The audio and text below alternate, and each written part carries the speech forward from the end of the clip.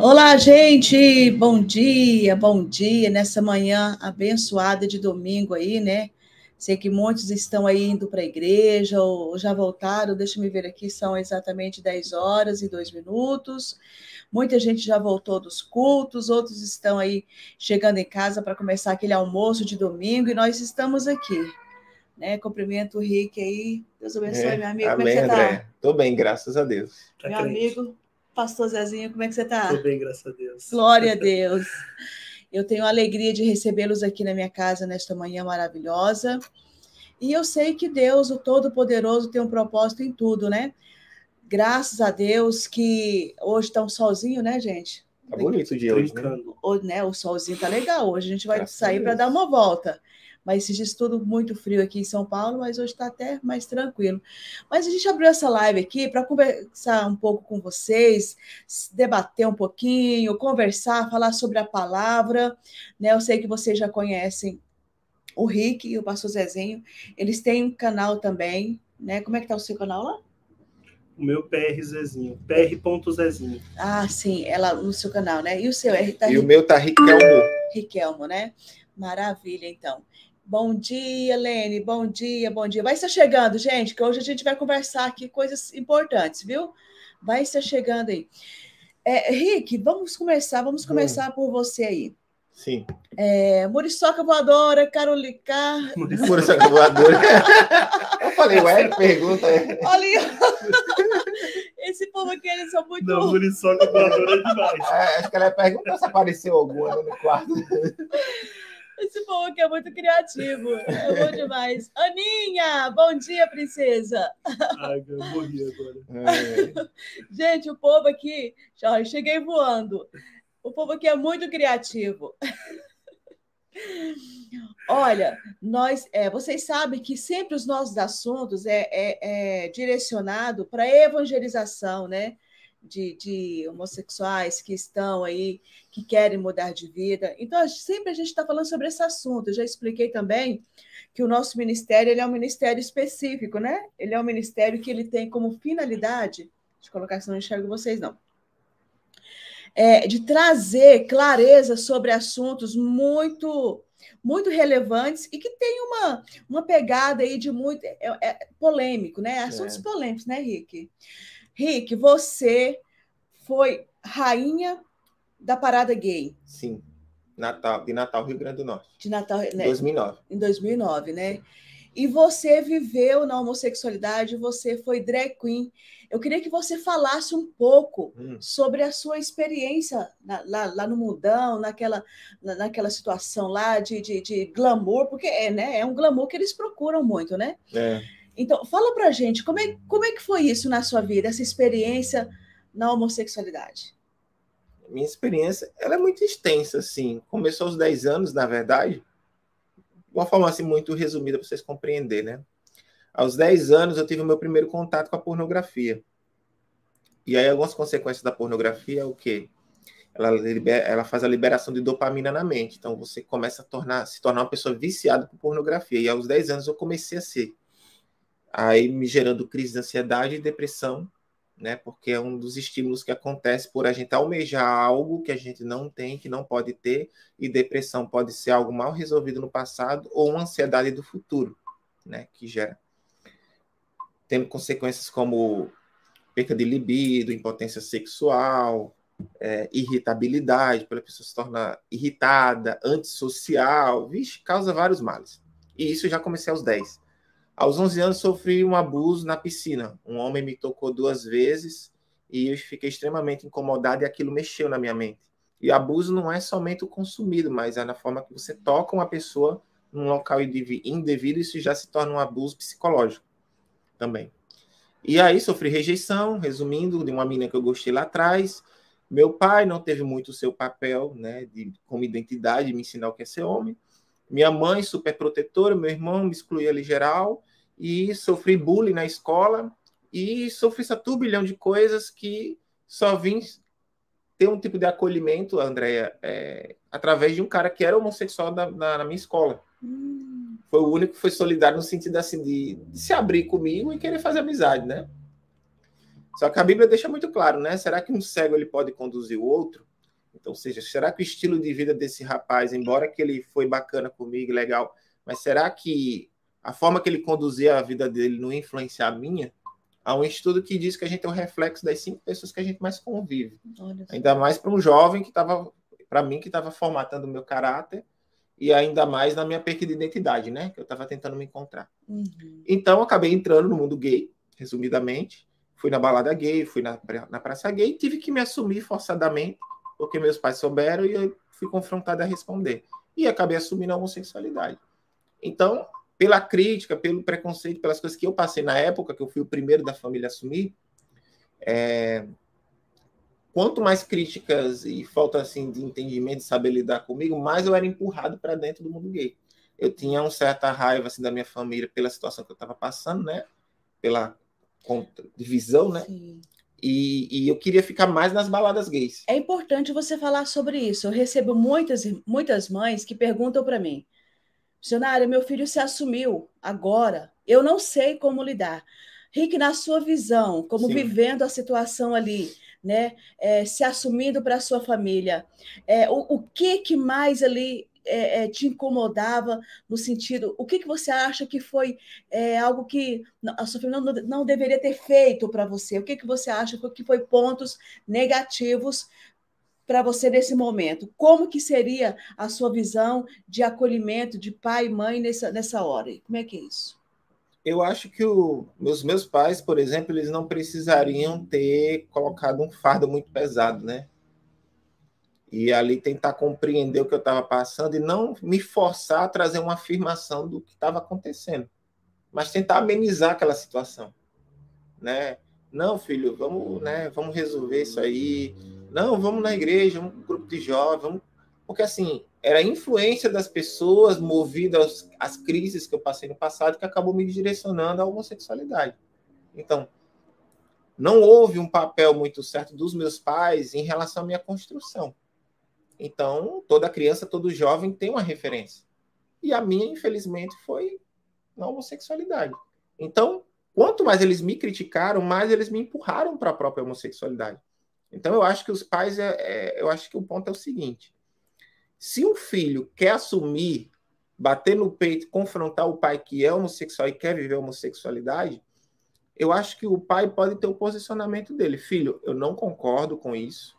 Não é a vontade de Deus na sua vida, e trazer a palavra de Deus, que ela é que planta, ela é que confronta, e no tempo certo dá fruto.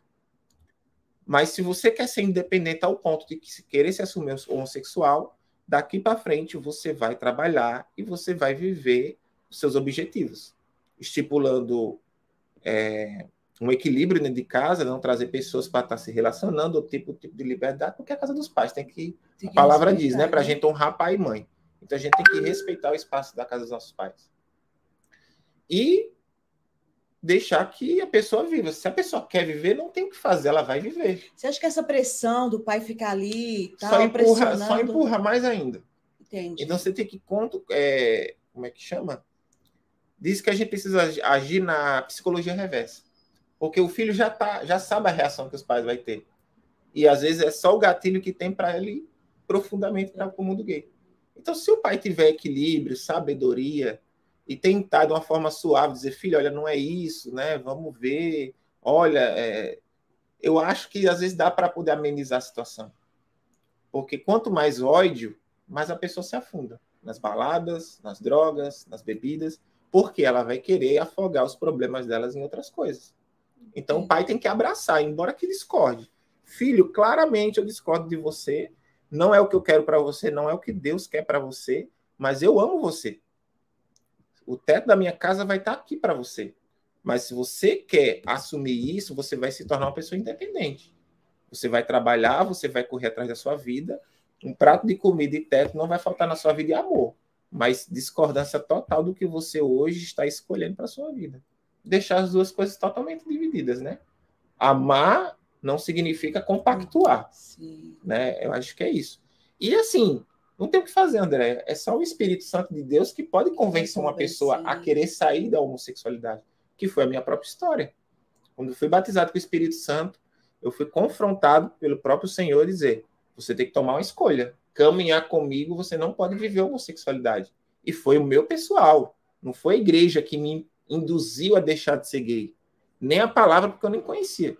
Foi uma experiência real com Jesus e o Espírito Santo me convenceu a não viver mais a homossexualidade para poder ser um seguidor de Jesus Cristo. Então a gente está lidando, infelizmente, Andréia, com uma cultura, né? A romantização da homossexualidade, e muitos estão entrando por essa romantização.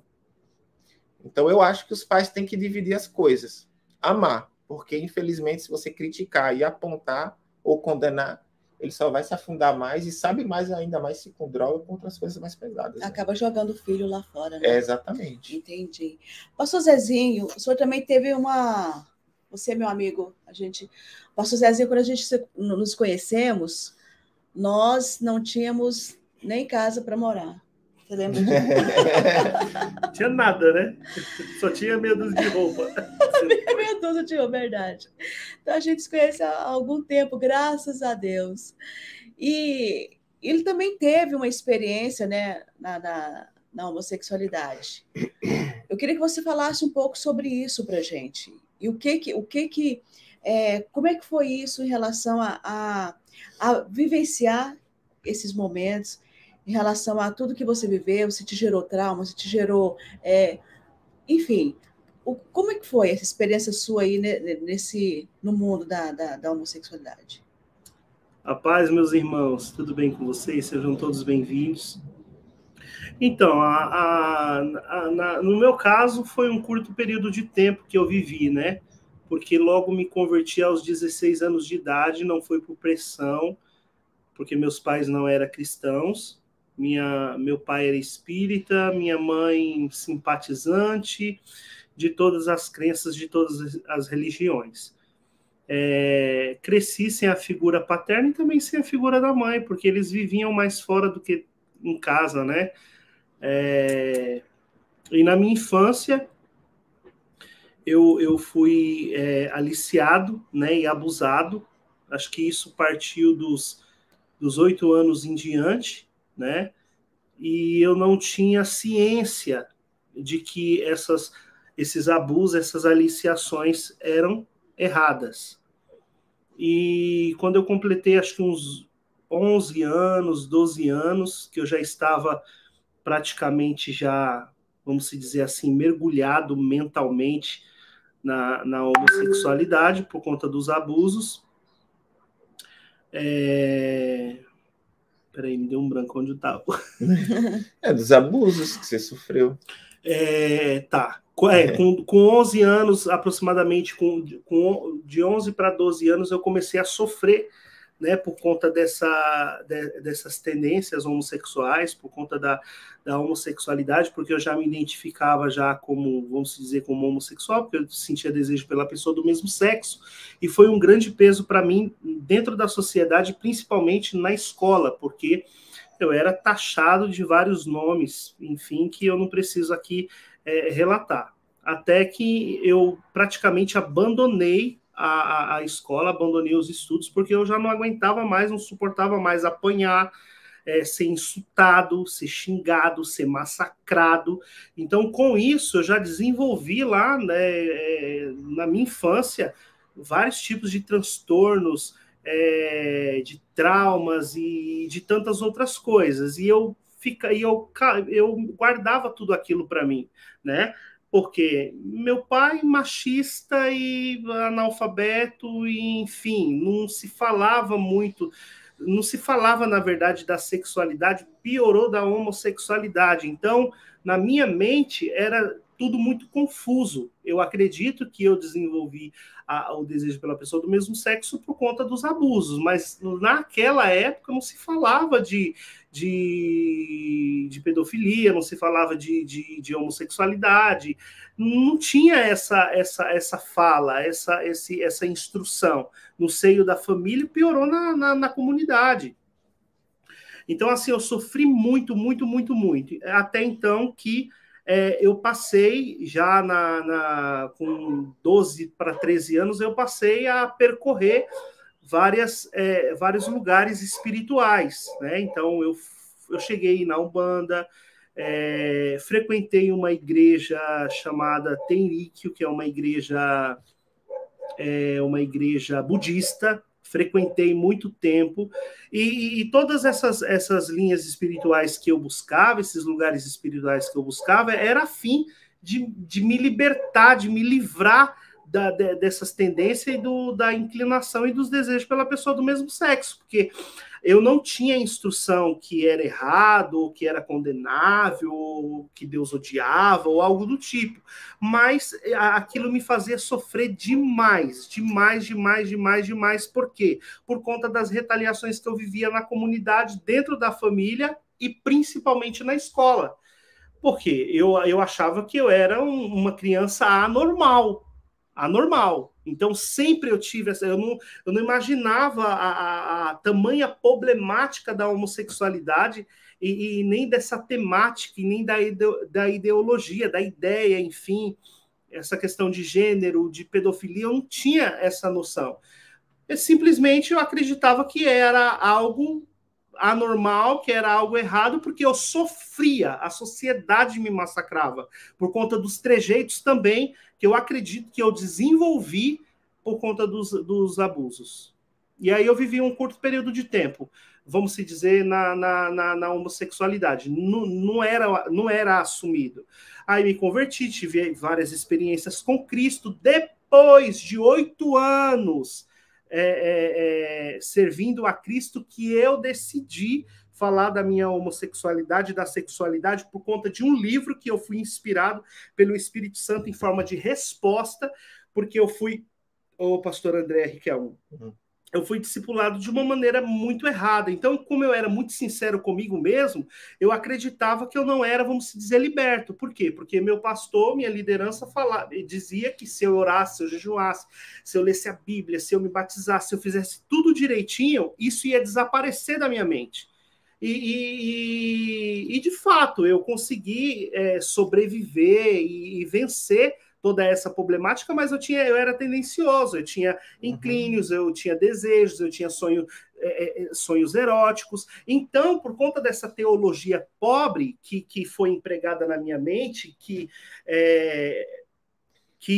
seria uma fórmula mágica, né, que ia desaparecer da minha mente, que isso não é verdade, que essa teologia não existe, é uma teologia mentirosa, mas eu não culpo minha liderança porque eles também não tinham instrução. Então, eles partilhavam aquilo que eles tinham. É uma incompreensão, né? É como se o hétero Deus também fosse tirar o desejo deles, eles não vão saber como. E aí eu vivia deles, numa né? crise constante. Eu vivi o quê? Quase 10 anos dentro da igreja numa crise, porque eu acreditava, pastor André, que tinha alguma coisa errada em mim. Entendi. E aí o meu pastor ficava tipo, não me confrontando, mas me encurralando para me falar da libertação, e eu falava, pastor, eu não vou falar porque eu tenho inclínio, eu sonho, eu tenho tentações, sofro espirituais. Então, eu não vou ficar testemunhando uma coisa mentirosa, porque eu, né? Exato. Então, muito importante a sua fala, não querendo fica nessa fala aí que a gente vai falar sobre isso, que é importante. Porque, assim, durante muitos anos, durante muito tempo, a doutrinação dentro dessa proposta de libertação na igreja cristã foi realmente dentro disso aí. Olha, o que a gente não pode destacar aqui, a importância da leitura da palavra, a importância da oração, a importância do jejum, a importância, são coisas importantes a se fazer, e você amadureceu e entendeu isso. Agora, não adianta, eu já vi situações da pessoa estar dentro da igreja e chegar um homossexual, um travesti, enfim, colocar as mãos e começar, sai pombagira, sai capeta, e não é isso, gente. Isso não existe, não é assim. Não é assim que funcionam as coisas. E eu tive essa experiência também. É que são contextos diferentes, as pessoas não entendem. Não. Porque, assim, no mundo espiritual funciona assim. Você casada com Flávio, você está na obediência, né, conforme a vontade de Deus. Então, até no sexo que a pessoa faz como casado com a sua esposa, essa pessoa cultua a Deus na hora de fazer sexo. Porque você está executando a mandança de Deus. Quando você faz fora do casamento, no pecado de fornicação, né, que é qualquer pecado fora do casamento sexual, seja hétero ou homo, está em pecado. Então, você não está cultuando a Deus, você está cultuando a Satanás, porque é a vontade que Satanás quer, que as pessoas façam sexo, elas pequem, E no mundo espiritual, ou você tem anjos ao seu lado, da parte de Deus, ou você tem demônios.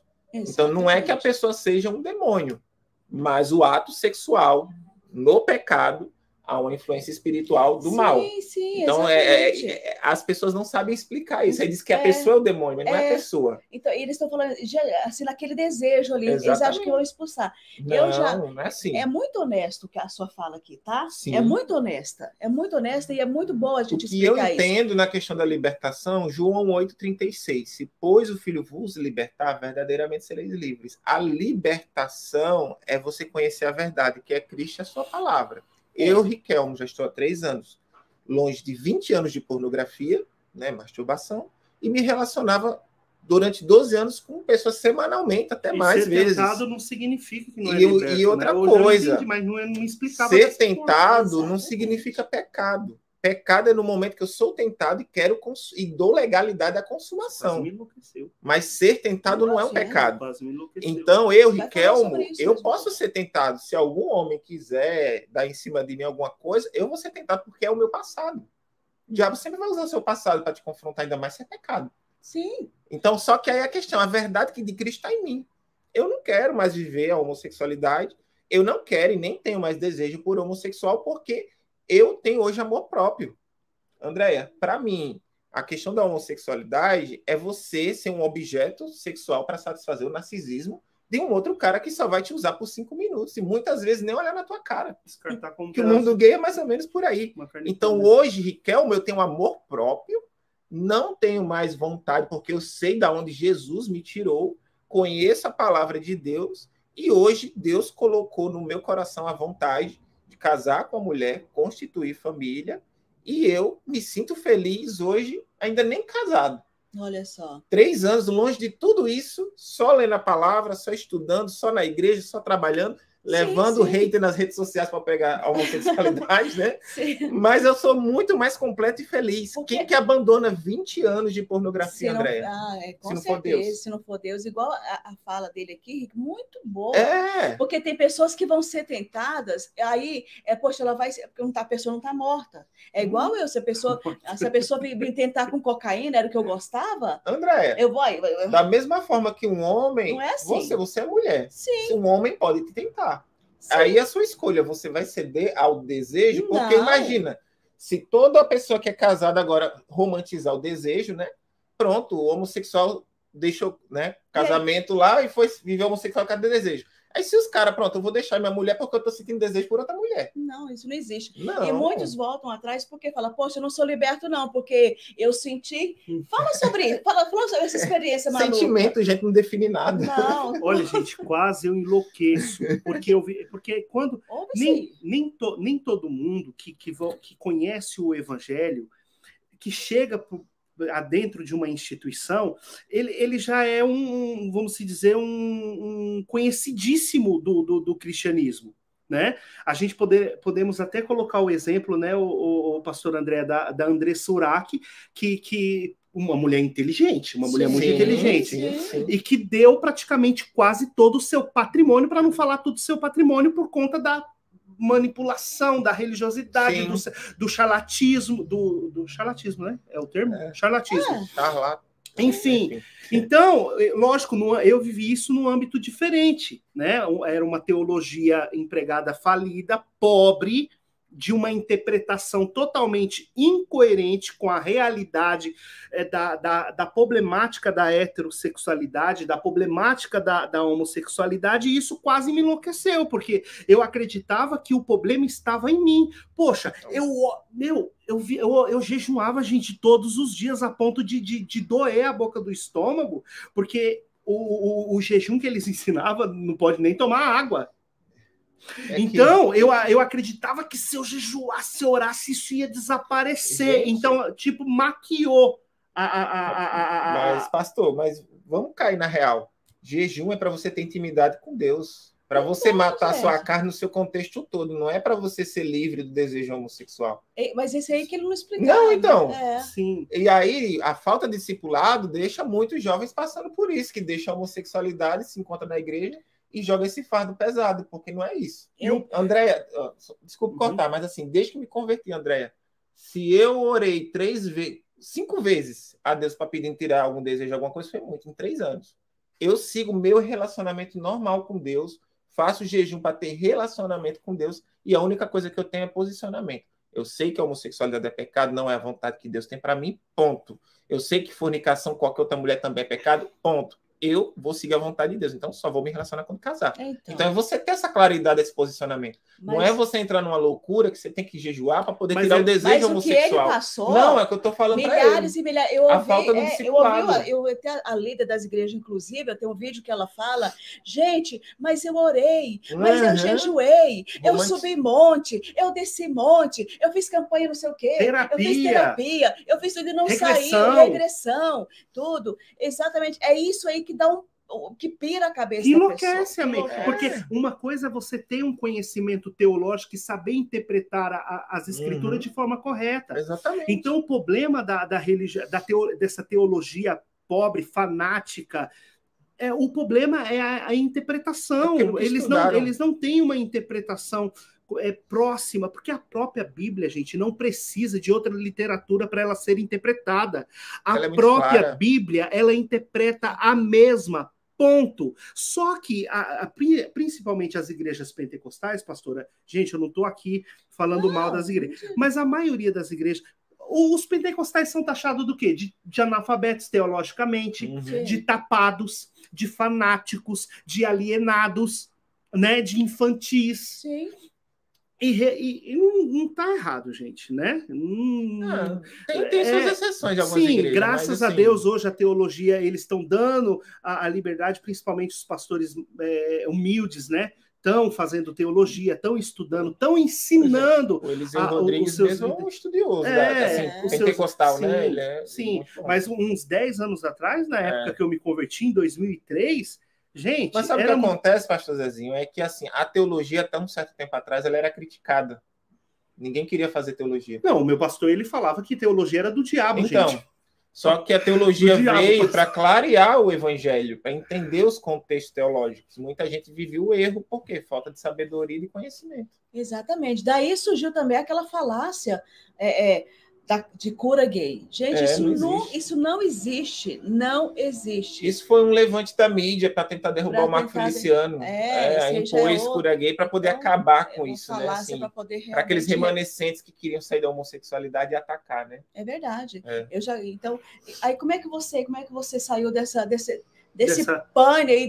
Teve que reiniciar o HD da sua... Como é que foi isso aí? Em 2015, eu já era casado, já tinha uma filha a Carolina, em 2015. 2015 eu já estava já quase 10 anos aí na caminhada cristã.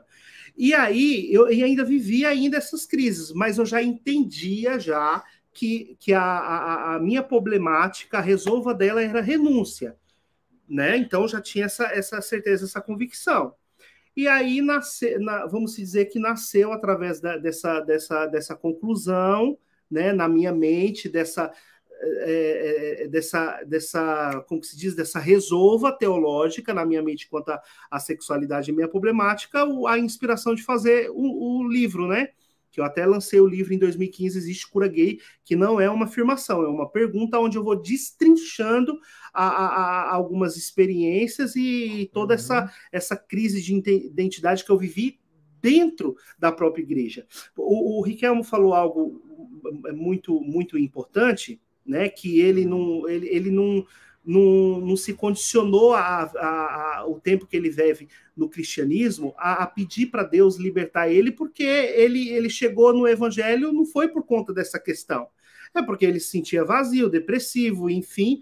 Eu já não, eu fui buscar todas as linhas espirituais até chegar ao cristianismo nessa questão de ser liberto.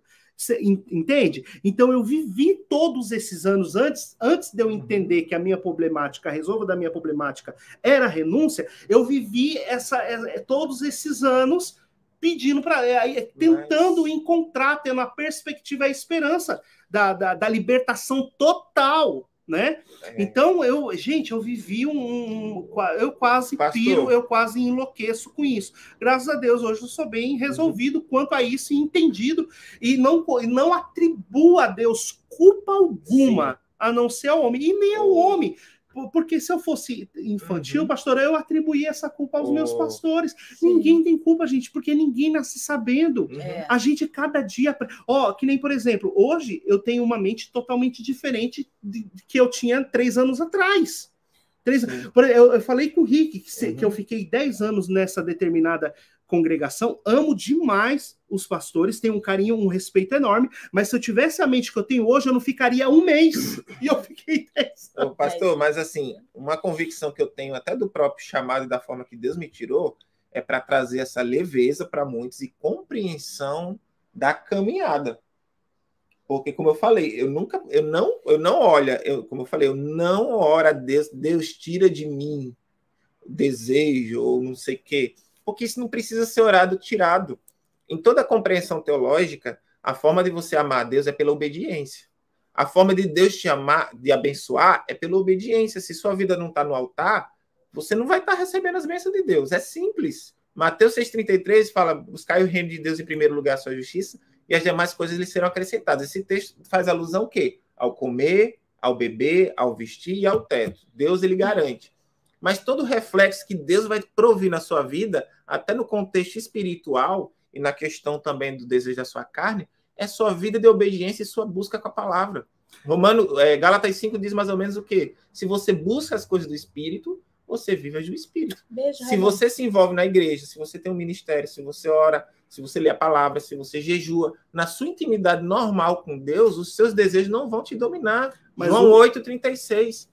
Então, o que acontece para muitos homossexuais é o seguinte: se converteu, que nem eu, tive 20 anos de pornografia, a pornografia gera dependência, liberação de dopamina, você gera um vício que você está ali tendo uma perspectiva de uma coisa irreal, né? E querendo consumir aquilo. E como qualquer tipo de vício, como uma droga, gera o quê? Quando você... abstinência. Gera abstinência. Então, todo homossexual que viveu de pornografia, ele vai passar por uma crise no início. Mas isso é movido à pornografia. À medida do que você vai se tornando liberto da pornografia e você não vai tendo mais a influência dela, aquele desejo, aqueles pensamentos que dominavam a sua mente não vão te dominar mais como antes. Então, você tem um sonho sexual com outro homem não quer dizer nada. Esses dias eu sonhei me relacionando com a mulher sexualmente. Quer dizer que, então, por causa disso, eu vou sair na rua querendo transar com a primeira que aparece? Eu não vou fazer isso. Então, mas isso que é o interessante, é que o Riquelmo, né, pastora André, ele teve o privilégio de se encontrar com Deus e logo ser discipulado de uma forma coerente, correta, exato, bíblica. Ao contrário de mim, que não tive esse privilégio. De milhares de pessoas. Mas isso eu entendo o foco do meu chamado hoje. Né? Hoje eu estou cursando teologia, estou estudando sexualidade, estou entendendo todo o contexto bíblico. Você se entender homossexual não é um pecado. Pecado é o que você faz com isso. Exatamente. Ato sexual é pecado para hétero e para homo. Deus só determinou casamento, se você vê em Mateus 19, Jesus só fala o quê? De um homem ou uma mulher. A única palavra de Jesus. Mas Jesus não falou nada contra o homossexual, e nem precisa. Jesus levantou Paulo. 1 Coríntios 6,9. 1 Timóteo 1,10, Romanos 1, 23. Claramente não existe um propósito de homem como porque não procria. Eu enxergo o casamento como um propósito, gente. Não é só amar a pessoa, não. Há um propósito no casamento. Não é só para procriar, né? É um propósito de Deus. A família é um propósito da parte de Deus. Então, casamento é um propósito. Se você entrar dentro da igreja, você como homossexual, mas o hétero pode casar. Tem um monte de gente dentro da igreja, André.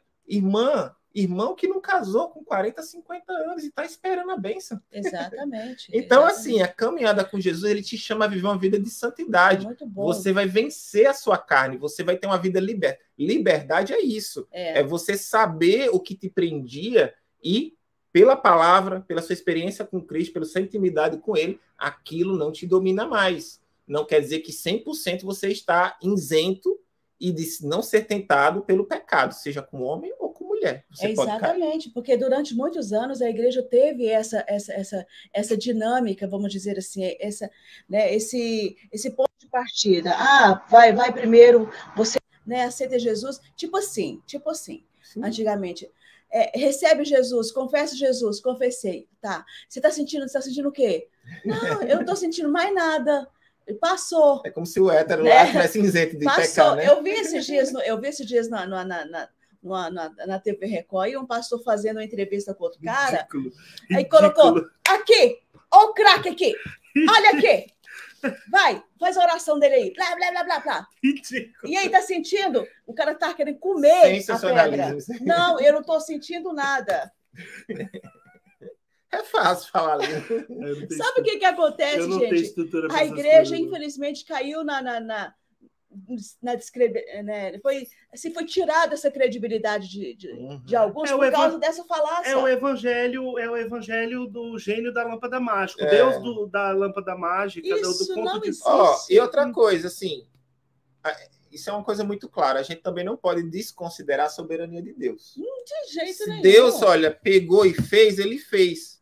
Só que se ele fez, necessariamente ninguém precisa saber disso. É honesto, Rick. E não quer dizer que essa pessoa que foi liberta por completo, que eu acredito nisso, que Deus pega uma pessoa e pode livrar ela literalmente de um pecado específico, até como homossexual, só que não significa que esse cara que foi liberto dos desejos de tudo, da homossexualidade, ele não possa sofrer com outros tipos de pecados. Perfeito. Porque somos pecadores.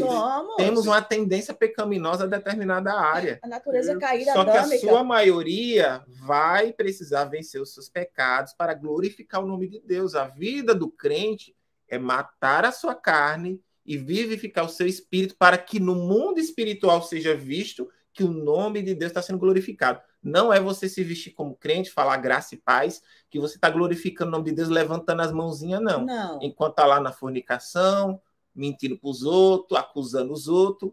Não, isso é pecado. Deus não se agrada nem com a boca mentirosa, que é filho do capeta. Verdade, não pode. Então, é a sua vida, a sua moralidade espiritual que glorifica o nome de Deus.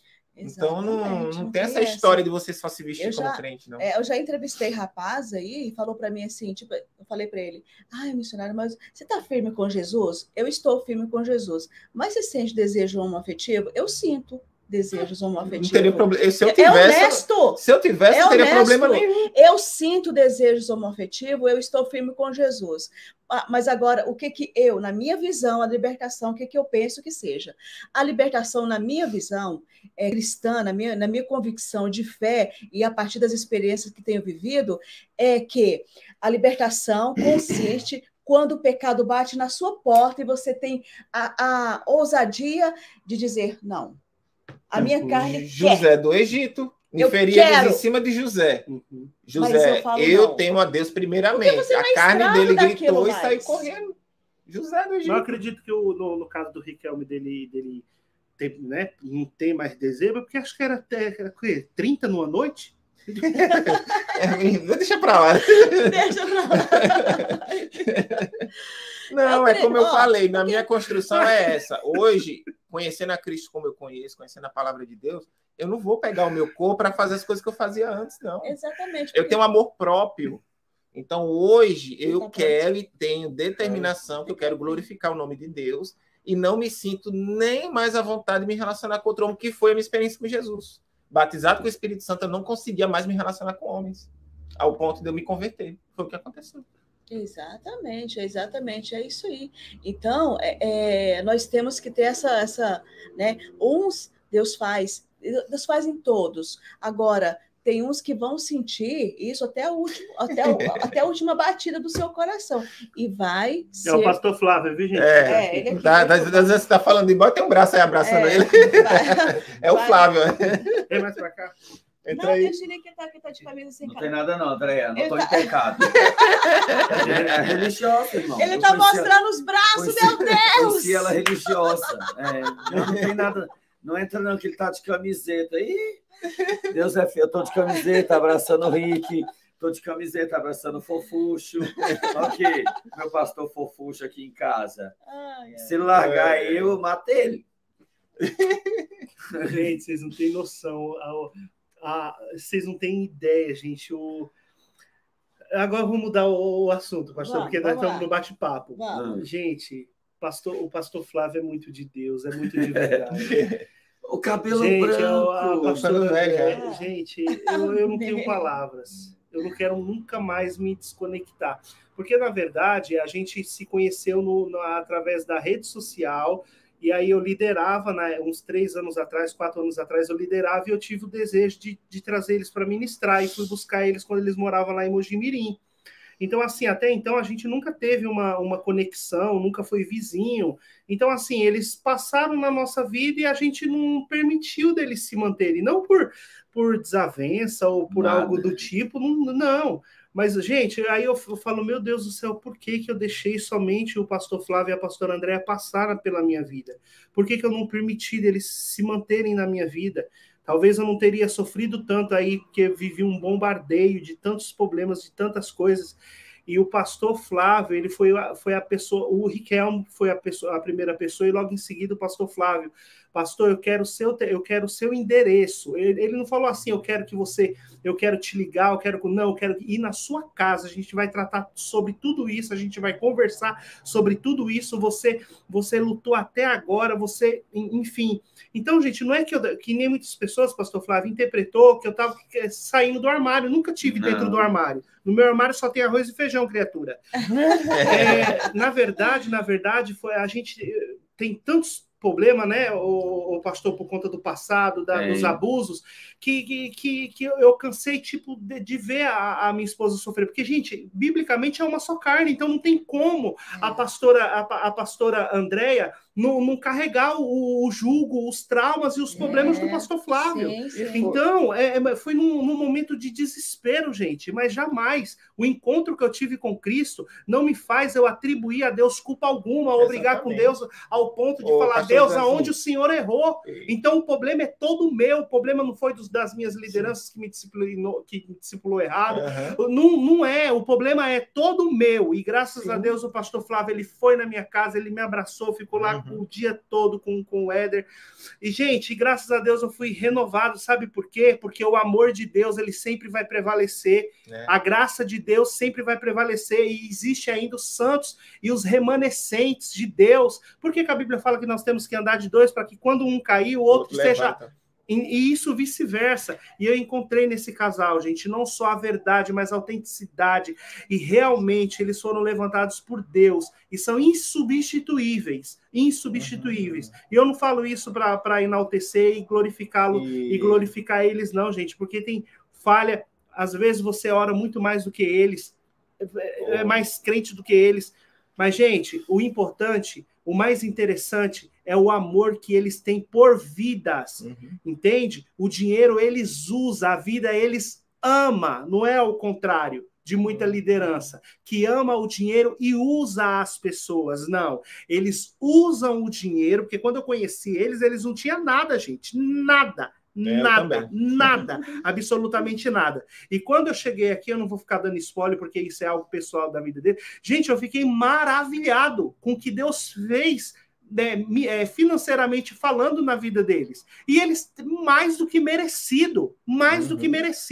Só que uma coisa eu falo, eu tenho 2 dias que eu tô aqui, e gente, eles amam vida. O dinheiro eles só usam. Tá? Eles amam a vida. Espero que Deus conserve eles assim para corrigir o que ele falou sobre insubstituível. Não tenham isso como mal. É no coração dele, tá? No coração dele nós somos insubstituíveis. Isso que ele quis dizer. Na vida dele a gente é diferenciado. Na vida de Zezinho, pastor Zezinho, a gente é insubstituível porque na vida dele ele quis dizer, porque ele não conhece gente igual. Pode ser que daqui para frente Deus coloque pessoas parecidas. E no momento que eu vi ele passando por uma tribulação, eu fui cuidar dele. Ele não estava caído, não. Nem separado, nem divorciado, não. Uma tribulação na igreja, no interior, na vida.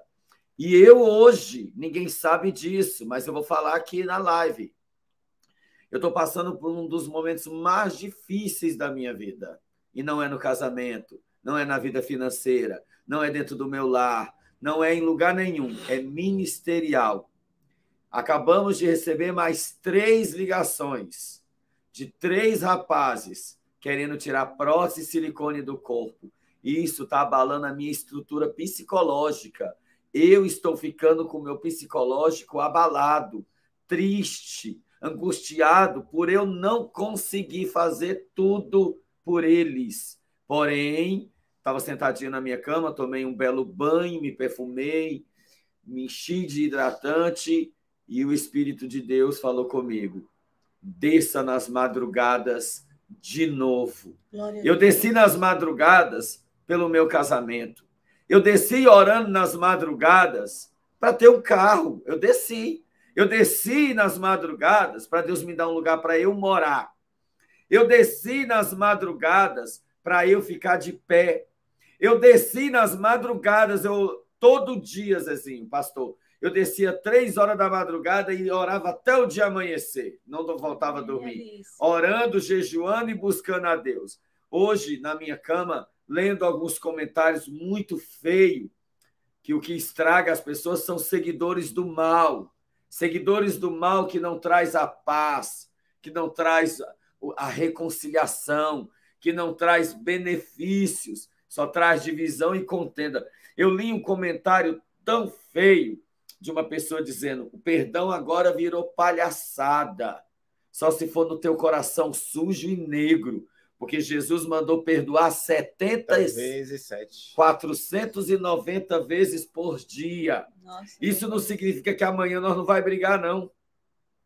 Significa que amanhã a gente pode brigar de novo e vai ter de se perdoar de novo, e de novo, e de novo, e de novo. Agora fala de novo, 490 vezes de novo. Jesus quis dizer: perdoe sempre, ame e tenham paz uns com os outros. Procure seguir o caminho de paz e santificação. E é isso que a gente está tentando fazer com as demais pessoas que passam pela nossa vida. Ajudar uns aos outros, amar uns aos outros, perdoar uns aos outros, procurar moderar as palavras, mudar o vocabulário, parar de apelidar, parar de ofender, de machucar. Há sempre tempo de mudança. Quem está com a verdade, quem está com a mentira, quem falhou, quem errou, quem mentiu, quem enganou, quem matou, quem roubou, quem adulterou, quem fornicou. Isso foi lançado no mar do esquecimento quando a gente se arrepende e busca a Deus. Foi lançado no mar do esquecimento, foi lançado na cruz do Calvário. Quando nós nos arrependemos de nossos pecados, Jesus apaga de nós a iniquidade. O sangue de Jesus nos liberta e nos lava de todo pecado. E a gente recomeça do zero. É isso que todos os dias eu, Zezinho, Rick e dezenas de libertos por Deus está tentando fazer todos os dias. Mas existe uma cúpula do mal, existe uma cúpula da contenda, existe uma cúpula de pessoas miseráveis que não ajudam, que só dividem, que não abençoam, só atrapalham, que criam em seus corações um Deus, o Deus mau, um Deus do D minúsculo, o príncipe desse século, que traz a discórdia, que traz a contenda. Não querem paz, querem briga, porque briga dá ibope, dá resultado, dá comentário, dá visualização nas redes sociais. Só que a gente não. A gente precisa de paz, de alegria e de se levantar todo dia em prol de mais um. Vou descansar 10 dias dentro da minha casa, vou na chácara de vez em quando ajudar lá, porque vai me distrair muito, e vamos viajar para Brasília, Belém, Ceará e Espírito Santo, para ajudar quem precisa. E esses 14, 15, 16 e 17 rapazes que estão surgindo todos os dias, orem e jejuem pelo pastor Flávio, ore e jejue pelo nosso ministério e nos ajude você, que às vezes não está andando conosco, você que não precisa tirar o peito, mas precisa ajudar e semear na nossa vida, viu? Aqui ninguém é rico, ninguém é milionário. Queria eu ser um milionário para poder fazer tudo no particular, mas a gente vai ter de correr atrás. Pastor Flávio, deixa eu dizer uma coisa. O que está crescendo ultimamente são pessoas não convertidas querendo dar lição de moral em crente. É verdade. É o que mais está crescendo. Eles não sabem da fé e quer criticar um crente quando o crente erra, porque ninguém é perfeito. O santo é Jesus. A gente é a carne nos faz errar. Na teologia diz que temos o quê? A graça preveniente, que é o quê? Quando o crente erra intencionalmente, ele não teve a intenção de errar, ele é perdoado pela graça preveniente. Diferente daquele que erra, permanece no erro e ainda faz uma lambuzada com o erro, que aí aponta e acusa a vida dos outros. Porque na Bíblia diz o quê? Não julga o profeta, mas observa os frutos. O Flávio, o que o Flávio, se o Flávio quisesse dinheiro verdadeiramente, tu acha que ele ia pregar sobre homossexual? Não era mais fácil ser um teólogo coach? Motivacional? Falar o que você quer escutar? Não, eu já fui chamado para ser pastor da igreja contemporânea. Era só eu ir pra lá. Não seria muito mais fácil para o Flávio falar o que você quer escutar e colocar o pix dele? Quantos rapazes estão sendo ajudados a tirar o peito? O Adriano, que é uma belezinha de pessoa. Ó a vida como ele está hoje, feliz, um rapaz, um varão. Se não fosse pela vida do Flávio, tu que reclama, teria feito isso pelo Adriano? Para você apontar a vida de alguém, no mínimo, você tem que fazer melhor. E não tem outro aqui no Brasil que eu veja que faça o que o Flávio faz. Então, o Flávio, ele é crente, não está impossível de cometer algum erro, mas Deus está na vida dele, tem a graça preveniente que ajuda e perdoa a vida dele. Diferente do que é permanecer no erro e ficar apontando a vida daquele que está dando fruto na videira. Beijo, Valéria. Pafute. É isso aí, gente. Olha, é muito, muito importante vocês estarem orando pela nossa vida. É muito importante. A sua oração. Mas ele ficou tão bonitinho de cabeça pelada. Os cabelos branquinhos, tá vendo? Já fazendo 34 já. O Rick tá doido para namorar. Deus vai dar vitória a ele. Não tá, Rick? Vai casar. Doido para namorar. Eu queria apresentar uma vídeo. Pra que ficar sozinho, gente? É casar. Não, tem que Eu fazer queria apresentar uma vídeo de Tem que fazer um namoro, sim. Não. Tem que fazer um namoro. Ai, gente. Deus abençoe Carla Ferreira. Deus abençoe. Em nome de Jesus, Valéria, Vamos dar uns mergulhos na água gelada? Sueli, Deus abençoe todos vocês, viu? Em nome de Beijo Jesus. no coração. Orem por nós. Orem pelo Ministério Libertos por Deus, gente, porque nós queremos seguir a paz com todos e a santificação, porque sem a qual ninguém verá o Senhor, né? E vocês não verão mais eu brigar com ninguém, não. Em rede social, não. Deus me livre, quero briga com ninguém. Chega, gente, misericórdia. Eu tenho mais de 14, 15 pessoas para me preocupar. Por que eu vou estar brigando com as pessoas nas redes sociais? Não vou, não. Eles só querem hype por causa disso. Beijo, Aninha. Deus abençoe. Beijo, Aninha. Beijo a todos vocês. Beijo, Deus abençoe a todos. Pastora Adelane, eu te amo. Nós amamos você. Adelane, Deus abençoe. Viu? Quinta-feira eu vou fazer a arte e vou mandar para você. Vou fazer. Se inscreve no canal do Pastor. Se inscreva no meu canal. E no Pastor Teologia. Já tô a caminho, né? Riquelmo. O meu é Riquelmo. Isso, deixa eu vou colocar tudo aí na descrição do vídeo para vocês se inscreverem, tá bom, meus amores? Deus abençoe, que eu vou fazer o meu almocinho de domingo, né? Glória a Deus, amo vocês.